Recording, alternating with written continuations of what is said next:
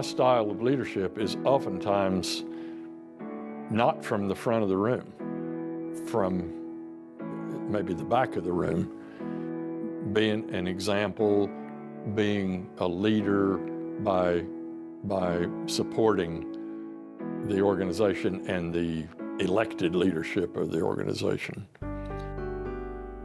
The first opportunity I had to practice leadership was president of the student council, president of the student body at McAlester High School.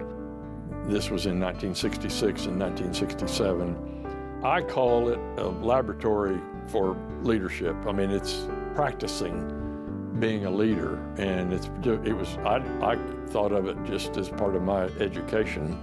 So I already knew then that I was thinking about law school and public service. I was the treasurer of my fraternity for 2 years. That required a lot of leadership because I had to make a lot of tough decisions that a lot of my fraternity brothers didn't really agree with. The Marine Corps taught me mission-driven leadership, as we say in the Marine Corps, taking the hill.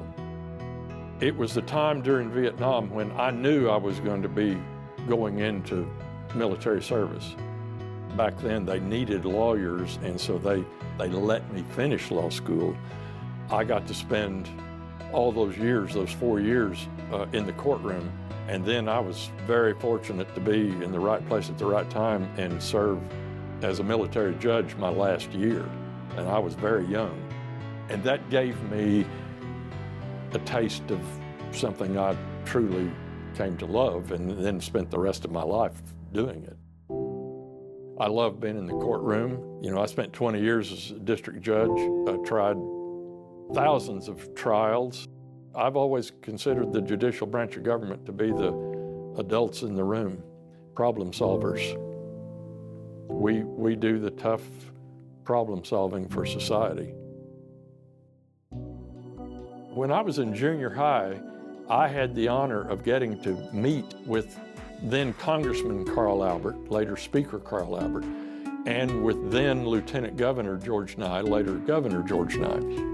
Carl Albert became a mentor. When I went on the bench, he was the first one to be calling the governor to appoint me to the bench in 1984. The governor happened to be George Nye.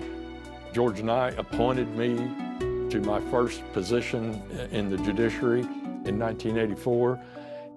When Carl Albert retired from speakership and moved back to McAlester, we went to the same church.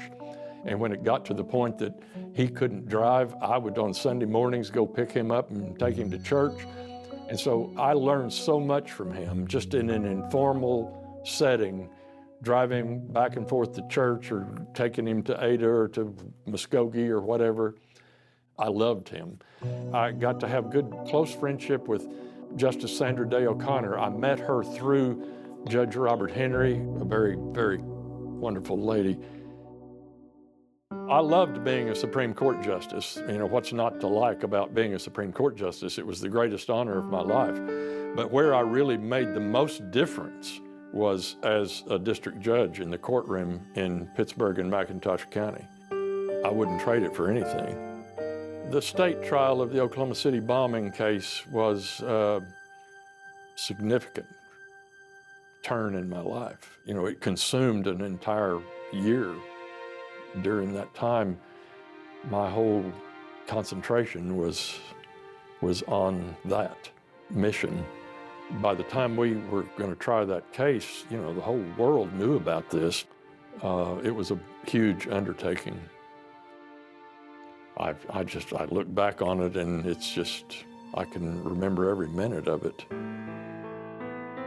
The motivation for the bombing of the Murrah building, the Oklahoma City bombing, the perpetrators, McVeigh and Nichols, hated our government.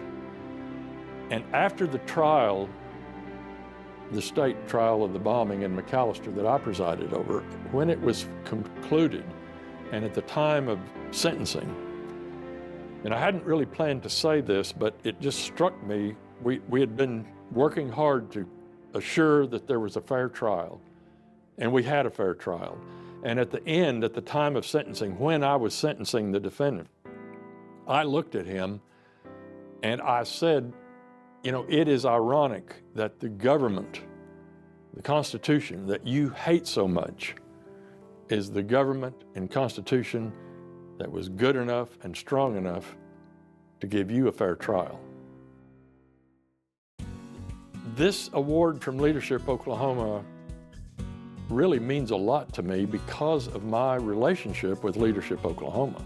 I have spoken to every class but one. And so I've gotten to interact with every class, and it's just a really good idea. This Leadership Oklahoma that was started up by a lot of really good people back in the day, it has turned out to be exactly what they planned it to be, and that is a laboratory for leadership, training future leaders in Oklahoma. As my good friend Boone Pickens used to say, I'm so old I don't buy green bananas anymore. The governor appointed me to the State Regents for Higher Education. That has been a wonderful experience. I've learned so much, tried to make a difference as a state regent. I think I have. I'm serving on a bank board on a community bank in McAlester. I'm much involved at the Oklahoma City National Memorial, much involved at the Oklahoma Medical Research Foundation. And so in retirement, what's next is that I just have to stay busy. And I found it quite easy to stay busy. It's, you know, I found out you can be really busy when you work for free.